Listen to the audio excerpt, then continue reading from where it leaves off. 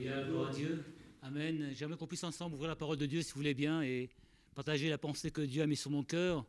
Toujours dans cette pensée, ton Dieu t'ordonne d'être puissant. Et en ayant cette pensée, je me suis dit, mais l'origine même de cet ordre de Dieu, c'est parce que Jésus s'est donné à la croix. Tout cela n'existerait pas si Jésus ne s'était pas donné à la croix. Et ce matin, j'aimerais qu'on lise un passage en Ésaïe, chapitre 53, verset 1er. On connaît ce passage, mais j'ai envie de parler de ce matin de la croix de Jésus-Christ. Alléluia. Parce que c'est important pour nous. Et plus le temps passe, plus c'est important de réaliser l'œuvre de la croix, de réaliser le sacrifice de Jésus. Et j'aimerais qu'on puisse lire ce passage dans Ésaïe, chapitre 53. Il est écrit « Qui a cru à ce qui nous était annoncé ? Qui a reconnu le bras de l'Éternel ? Il s'est élevé devant lui comme une faible plante, comme un rejeton qui sort d'une terre desséchée. Il n'avait ni beauté, ni éclat pour attirer nos regards. Et son aspect n'avait rien pour nous plaire. Méprisé et abandonné des hommes, homme de douleur et habitué à la souffrance, semblable à celui dont on tourne le visage, nous l'avons dédaigné et n'avons fait de lui aucun cas. Cependant, ce sont nos souffrances qu'il a portées, c'est de nos douleurs qu'il s'est chargé. Nous l'avons considéré comme puni, frappé de Dieu et humilié. Mais il était blessé pour nos péchés, brisé pour nos iniquités. Le châtiment qui nous donne la paix est tombé sur lui. Et c'est par ses meurtrissures que nous sommes guéris. Nous étions tous errants comme des brebis, chacun suivait sa propre voie. L'Éternel a fait retomber sur lui l'iniquité de nous tous. Il a été maltraité et opprimé. Et il n'a pas ouvert la bouche, semblable à un agneau qu'on mène à la boucherie, à une brebis muette devant ceux qui l'attendent. Il n'a point ouvert la bouche. Il a été enlevé par l'angoisse et le châtiment. Et parmi ceux de sa génération, qui a cru qu'il était retranché de la terre des vivants et frappé pour les péchés de mon peuple. On a mis son sépulcre parmi les méchants, son tombeau avec le riche, quoiqu'il n'ait point commis de violence et qu'il n'ait point eu de fraude dans sa bouche. Il a plu à l'Éternel de le briser par la souffrance. Après avoir livré sa vie en sacrifice pour le péché, il verra une postérité et prolongera ses jours. Et l'œuvre de l'Éternel prospérera entre ses mains. À cause du travail de son âme, il rassasiera les regards. Par sa connaissance, mon serviteur juste justifiera beaucoup d'hommes. Amen. Et il se chargera de leurs iniquités. C'est pourquoi je lui donnerai sa part avec les grands. Il partagera le butin avec les puissants, parce qu'il s'est livré lui-même à la mort, qu'il a été mis au nombre des malfaiteurs, parce qu'il a porté les péchés de beaucoup d'hommes et qu'il est intercédé pour les coupables. Amen. Alléluia. Je crois qu'on pourrait fermer la Bible et dire merci Seigneur. Alléluia. Quelle prédication merveilleuse. Il n'y aurait rien à rajouter. Rien à rajouter parce que c'est tellement parfait ce que le Seigneur a fait.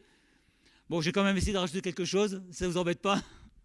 Ça fera un peu court et incomplet. Et j'aimerais prendre un deuxième passage dans 1 Corinthiens, chapitre 1er, à partir du verset 23, si vous voulez bien. C'est Paul qui parlera et qui dira aux Corinthiens, chapitre 1er, verset 23.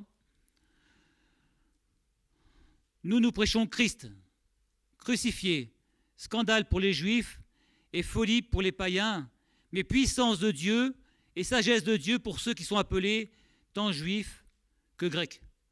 Car la folie de Dieu est plus sage que les hommes, et la faiblesse de Dieu est plus forte que les hommes. Ce matin, vous avez compris, on va parler du message fondamental pour moi le plus important de la parole de Dieu, c'est Jésus-Christ crucifié, ressuscité et vivant. C'est ce que Paul dira aux Corinthiens.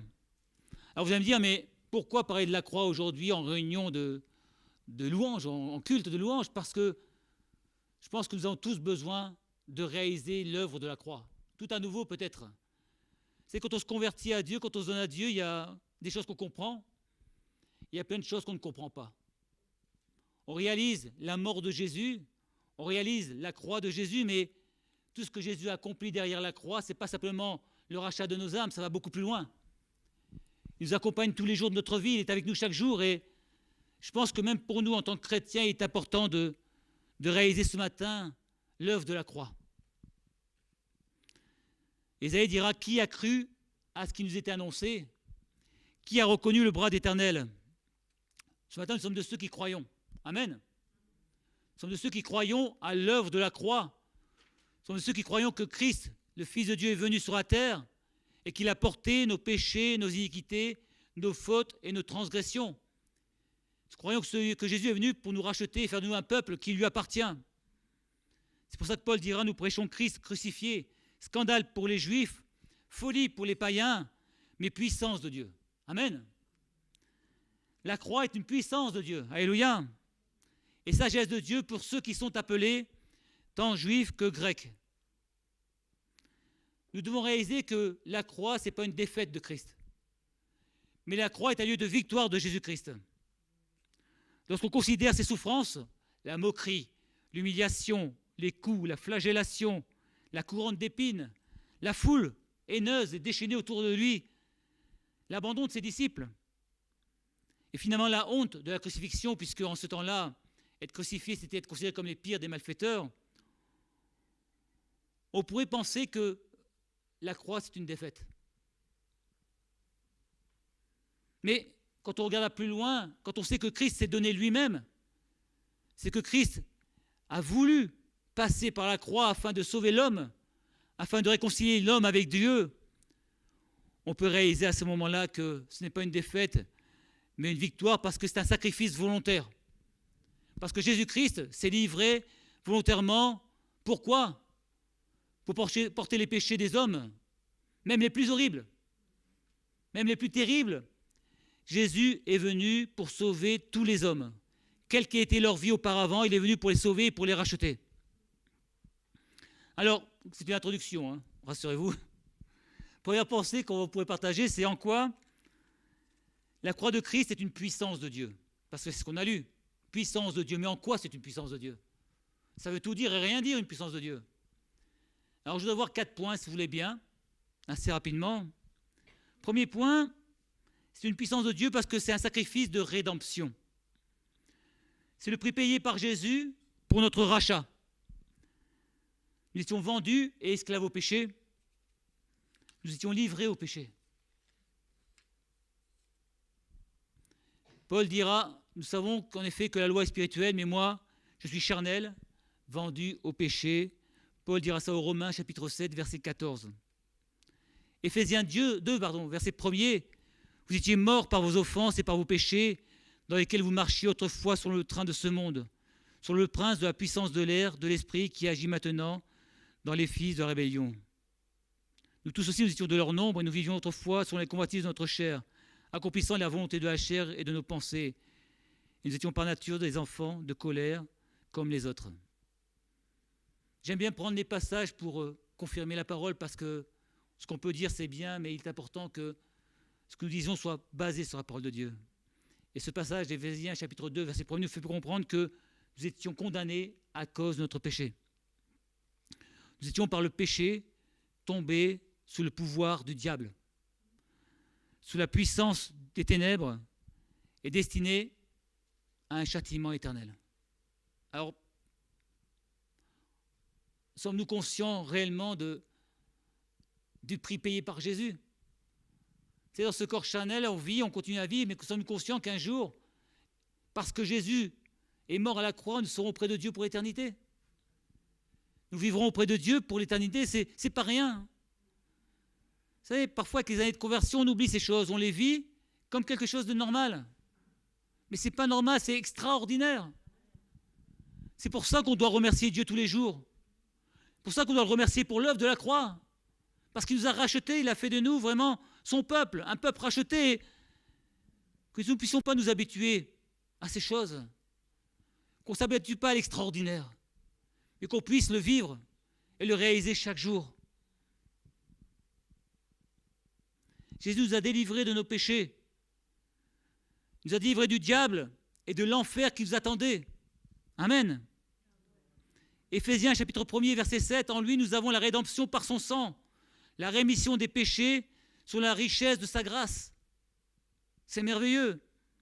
Apocalypse chapitre 1er, verset 5, à celui qui nous aime et qui nous a délivrés de nos péchés par son sang et qui a fait de nous un royaume. Alléluia. des sacrificateurs pour Dieu le Père. À celui qui nous aime, alléluia, nous sommes aimés de Dieu. Alléluia. Mon frère, ma soeur, tu es aimé de Dieu. Et ne laisse personne te laisser douter de cette chose-là. Ne laisse personne te laisser douter que Dieu t'aime et qu'il est près de toi, qu'il te connaît. À celui qui nous aime et qui nous a délivrés de nos péchés. Ne laissons personne nous rappeler nos péchés d'autrefois. Ne laissons personne, et surtout pas le diable, nous rappeler nos péchés d'autrefois. Dieu les a pardonnés au travers du sang de Jésus, au travers de l'œuvre de la croix. Nous sommes rachetés et nos péchés sont totalement et pleinement pardonnés. Pourquoi ? Parce que le châtiment que nous devions subir est tombé sur Jésus, qu'il a pris à notre place. C'est pour ça qu'on parlait dans le premier sujet de sacrifice de rédemption. Première pensée. Deuxième chose, un sacrifice d'expiation. L'expiation, c'est la réparation des fautes, des souffrances imposées. De comprendre que le péché que nous avons subi devait être expié et qu'un châtiment devait être accordé, j'allais dire, aux coupables du péché. On devait être châtié à cause de notre péché. Et Jésus, lui, est venu et il a porté nos péchés sur la croix. Il a porté à notre place. C'est merveilleux. C'est merveilleux et parfois on oublie un peu ces choses. C'est-à-dire que je ne sais pas ce qui serait arrivé de ma vie si j'avais dû payer le prix de mes péchés. Je ne vous dis pas, ça aurait coûté cher. Hein. Ça aurait coûté cher et c'est impossible à payer. Jésus l'a fait à ma place. Amen. Jésus l'a porté à ma place. Un sacrifice d'expiation, il était nécessaire qu'il y ait expiation des péchés. Et Jésus l'a fait à ma place. Ésaïe disait, chapitre 53, verset 4, « Cependant, ce sont nos souffrances qu'il a portées, c'est de nos douleurs qu'il s'est chargé, de le considérer comme puni, frappé de Dieu et humilié. Mais il était blessé pour nos péchés, pour mes péchés, pour tes péchés. Il a été blessé pour nos péchés. Il a été brisé pour mes iniquités. C'est-à-dire qu'il les a portés à ma place, qu'on puisse le réaliser pleinement. Le châtiment qui nous donne la paix est tombé sur lui. Et Jésus dira, mais je vous donne ma paix. Il dira, je vous laisse la paix, je ne donne pas comme le monde donne. Et il dira que votre cœur ne se trouble pas. Jésus est ta paix. Jésus est ma paix ce matin. Et si tu es dans la paix en ton cœur, malgré la souffrance, malgré les difficultés, les problèmes, parce que Jésus est là. Parce que Jésus l'a porté à la croix. Parce que Jésus a mis dans ton cœur sa paix. Et cette paix qui surpasse toute difficulté, tout problème. Cette paix qui vient de Jésus-Christ dans nos cœurs. Colossiens 2, verset 13. Vous qui étiez morts par vos offenses et par l'incirconcision de votre chair, il vous a rendus à la vie avec lui. Amen. Jésus nous a rendus à la vie avec lui. Alléluia. En nous faisant grâce pour toutes nos offenses. Colossiens 2, 13. En nous faisant grâce pour toutes nos offenses. Tout ce que nous avons pu faire, quelle qu'était l'importance de nos offenses, il nous a rendu grâce et il les a pardonnées à la croix. Il a effacé l'acte dont les ordonnances nous condamnaient. Elles ne sont pas seulement pardonnées, elles sont effacées, ça n'existe plus. C'est quand vous prenez une gomme et que vous effacez, il n'y a plus rien. Ça va plus loin que le pardon. Elle n'existe plus. C'est important parce que souvent le diable va essayer de venir et de dire, mais tu es sûr que Dieu t'a pardonné ? Mais tu es sûr que tu es pardonné ? Et puis vous avez des gens qui vivent dans la culpabilité toute leur vie. Parce qu'ils n'ont pas compris que Jésus-Christ a effacé tous nos péchés, toutes nos iniquités. C'est important. Ça va plus loin que le pardon encore. C'est la disparition complète et totale de nos fautes et de nos péchés. Il a effacé l'acte dont les ordonnances nous condamnaient et il a détruit en le clouant à la croix. Amen. Il l'a détruit en le clouant à la croix. Combien ce passage de Paul aux Colossiens est important. Il a détruit en le clouant à la croix. Amen. Alléluia. On peut être heureux, non ? On peut être dans la joie et dans l'allégresse. C'est pour ça qu'on aime louer le Seigneur. Alléluia. On aime l'adorer. Il a dépouillé les dominations, nous dit encore ce passage, et les autorités. Et les a livrées publiquement en spectacle, en triomphant d'elles par la croix. Il a dépouillé les dominations et les autorités. Vous voyez un peu la dimension de l'œuvre de la croix? Quand on lit ce passage, moi, quand j'ai lu, ça m'a dit, mais Seigneur, je sais ces choses, mais je n'avais pas tout compris. Je n'avais pas vraiment compris quelle dimension encore ça représente dans nos vies, l'œuvre de la croix. Et j'ai besoin de relire ces passages, de les comprendre, de les méditer, parce que ce sont des trésors. Ce sont des trésors. Si nous doutons encore de l'amour de Dieu, rappelons-nous ces passages, rappelons-nous ces paroles. Et Paul dira aux Romains, Dieu prouve son amour envers nous, parce que lorsque nous étions encore pécheurs, Christ est mort pour nous. Alléluia. Romains chapitre 5, verset 8. Or, lorsque nous étions encore pécheurs, Christ est mort pour nous. Deuxième pensée, donc, première, sacrifice de rédemption. Deuxième, sacrifice d'expiation. Troisième pensée, sacrifice de justification.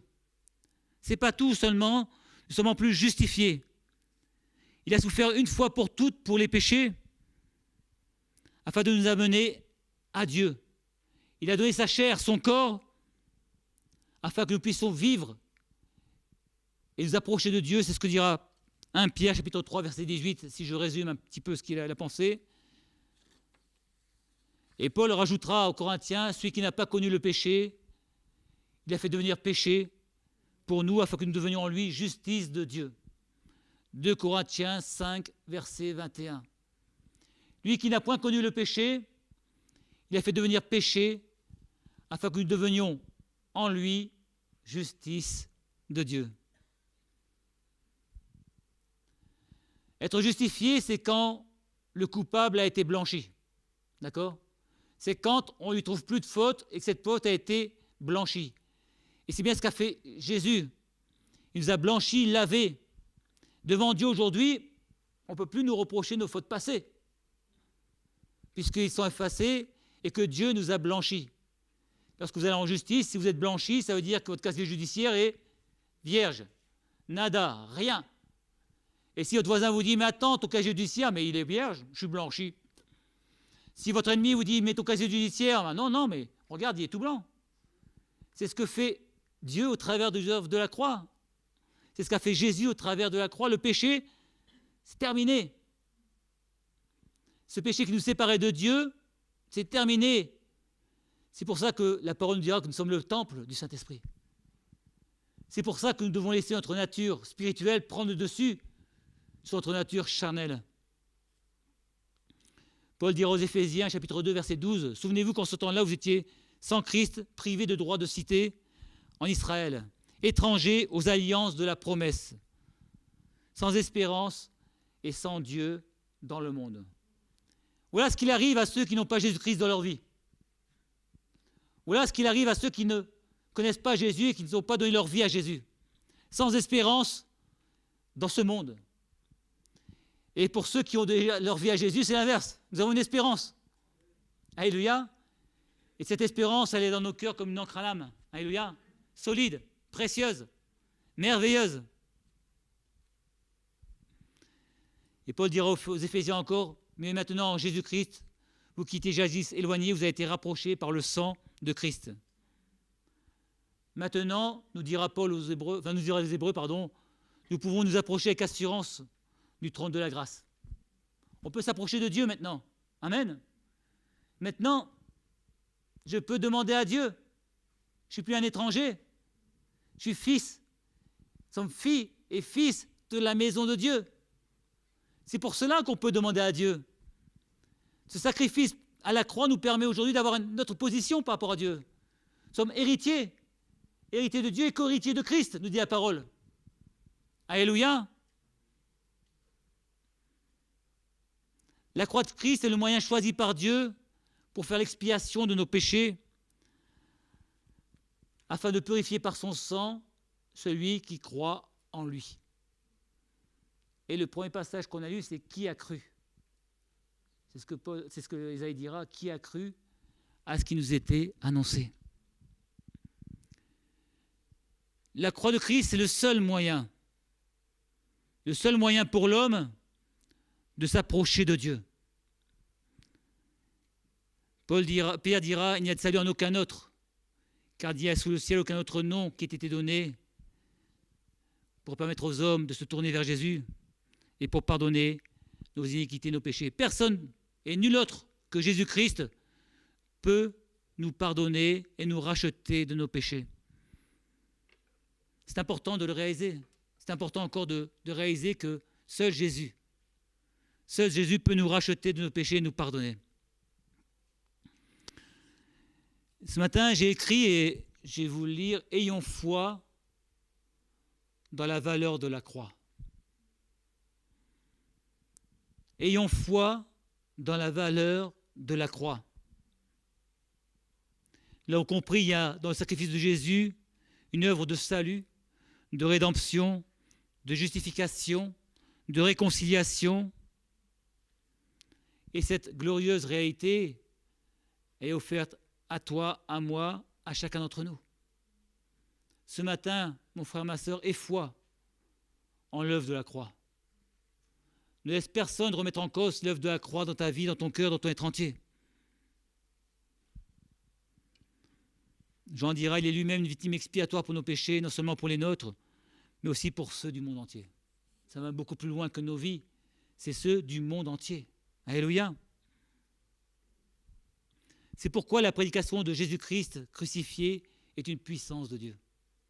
C'est pour cela, pour toutes ces choses-là, car elle produit dans le cœur de ceux qui l'entendent la foi, le moyen par lequel nous recevons le salut de Dieu.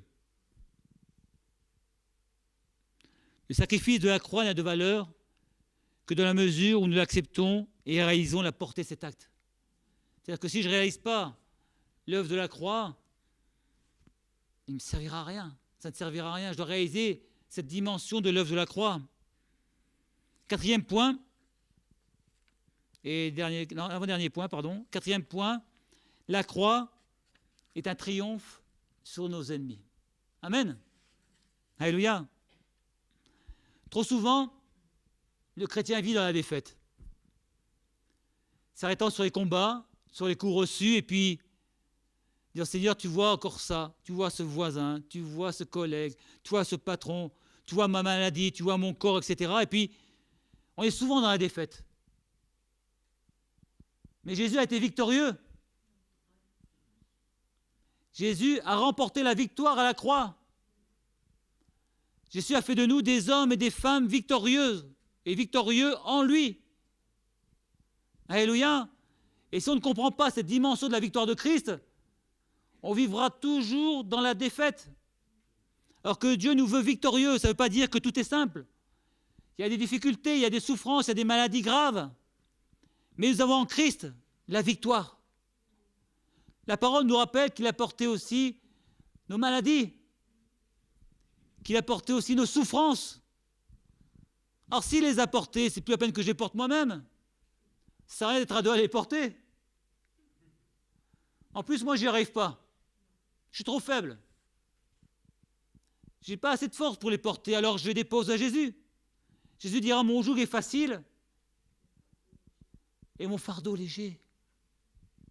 Ce matin, que nous puissions vivre dans la victoire et non pas dans la défaite. Et quelles que soient nos difficultés, nos problèmes qui sont là et réels, qu'ils soient physiques, qu'ils soient dans la famille, qu'ils soient au travail, qu'ils soient, quels qu'ils soient, ils sont réels. Mais Jésus nous invite à les déposer au pied de la croix. Jésus nous invite à les déposer parce qu'il a été vainqueur, parce qu'il a été victorieux, parce que la parole dit que rien aujourd'hui ne doit dominer sur nous. Et si je suis dans la crainte, je serai dans la domination parce que la crainte nous empêche de réaliser l'amour de Dieu. L'amour de Dieu bannit la crainte, nous dit la parole. Si je suis dans la crainte, c'est que je ne réalise pas totalement l'amour de Dieu. Seigneur, donne-moi de réaliser ton amour et de ne pas être dans la crainte. Parce que tu m'as fait victorieux, Seigneur. Parce que cette victoire, tu l'as acquise à la croix. Alors vous savez, bien souvent, on accepte bien de le fait que Jésus soit mort pour nos péchés. Ça, on le comprend, c'est intellectuel, c'est dans le cœur.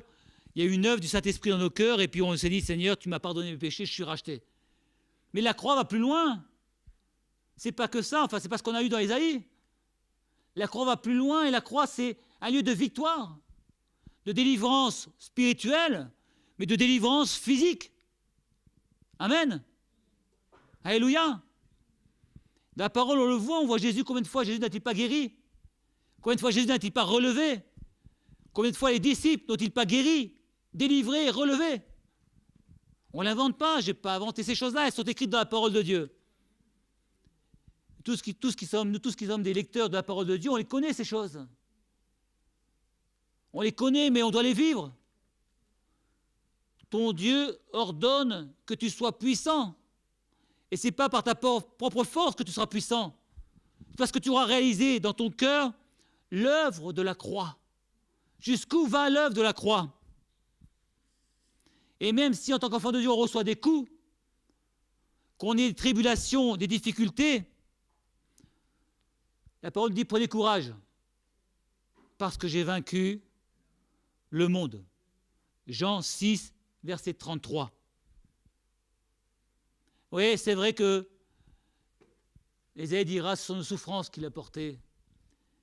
C'est de nos douleurs qu'il s'est chargé. Et Paul dira aux Colossiens, nous avons tout pleinement en lui, qui est le chef de toute domination et de toute autorité. Je n'invente pas. Hein.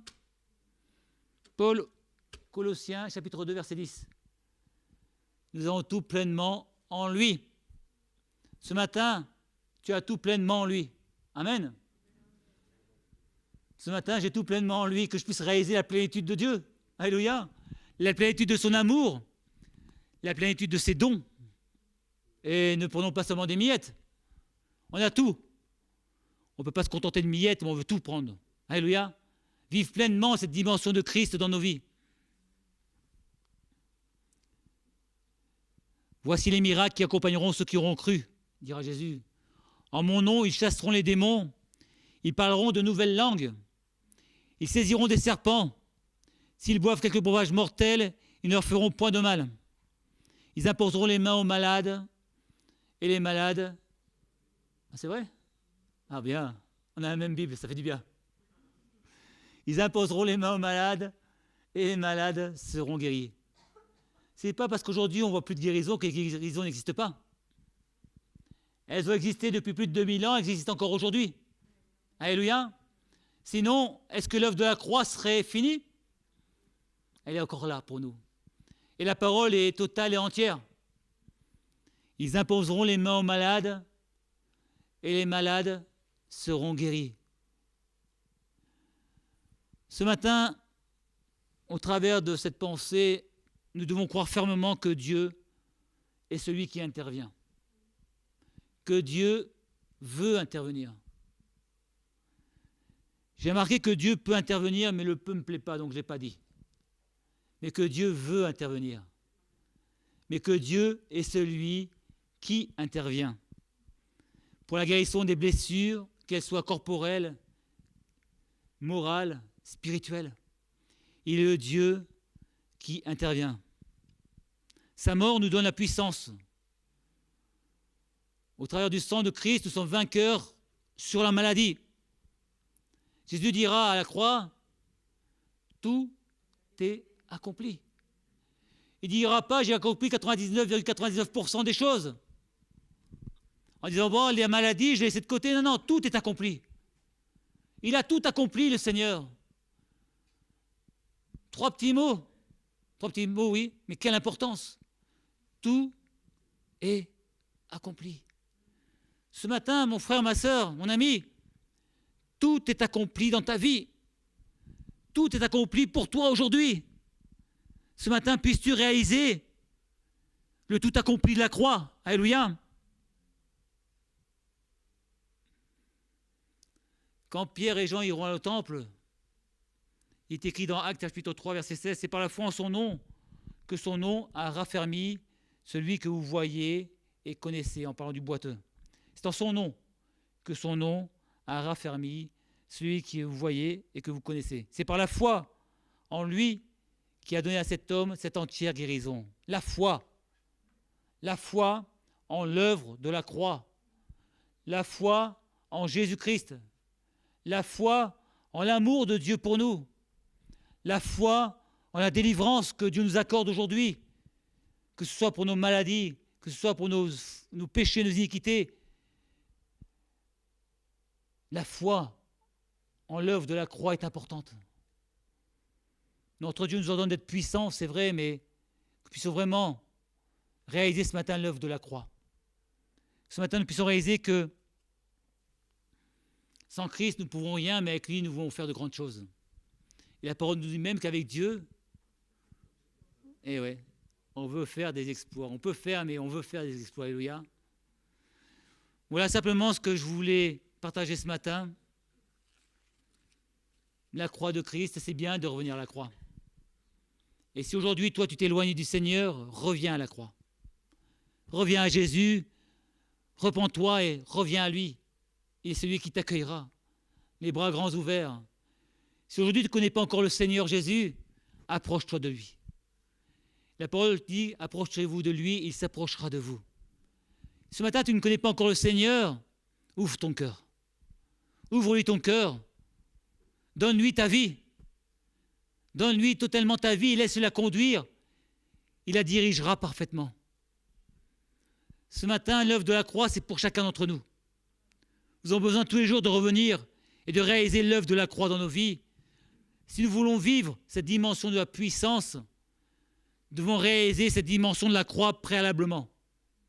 Et qu'elle puisse vraiment, cette œuvre, nous aider à aller plus loin. Ne laissez personne nous décourager, nous lasser. Ne laissez personne, ni surtout pas l'adversaire, nous dire « Mais non, t'es sûr que… » Oui, au travers de l'œuvre de la croix, je suis sûr que… Ce matin, si je vous ai donné beaucoup de passages, c'est qu'on puisse les relire et les avoir pour nous, dans nos cœurs. Et quand l'ennemi viendra nous tourmenter, nous embêter, qu'on puisse dire non, on regarde ce qui est écrit. Jésus parlera au diable en disant il est écrit. Et le diable s'est retiré. Parce que Jésus s'est appuyé sur la parole de Dieu. Ce matin, mon frère, ma sœur, appuie-toi sur la parole de Dieu. Appuie-toi sur l'œuvre de la croix. Et crois-moi, tu ne seras plus dans la crainte, mais tu seras dans la paix, dans la joie, parce que le tout accompli a été fait pour toi ce matin, et pour moi, pour chacune de nos vies. Amen. On va prier, si vous voulez bien, demander à Dieu qu'il nous aide encore. Seigneur notre Dieu, ce matin, nous te remercions pour l'œuvre de la croix.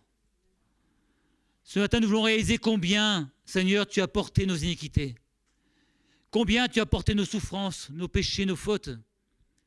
Ce matin, Seigneur, je te prie d'ouvrir mon intelligence aux choses d'en haut, que je puisse réaliser, Seigneur, pleinement toute l'œuvre de la croix, tout ce que tu as fait pour moi, pour nous, pour nos vies, Seigneur.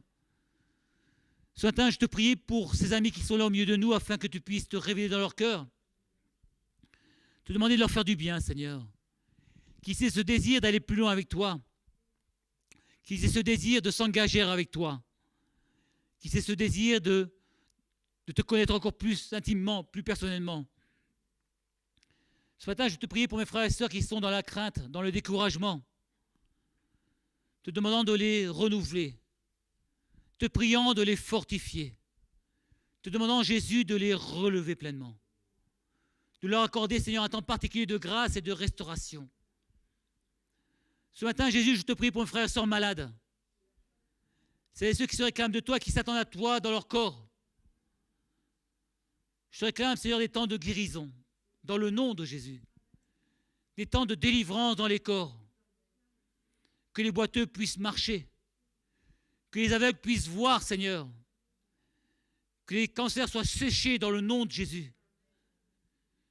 Que nos frères et sœurs dans la maladie soient restaurés, guéris. Et qu'ils puissent confesser ta victoire dans le nom de Jésus.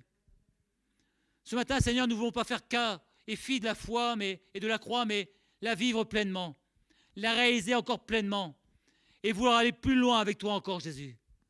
Alors viens nous aider, Seigneur. Nous avons besoin de ta grâce. Seigneur, j'ai besoin de ta grâce.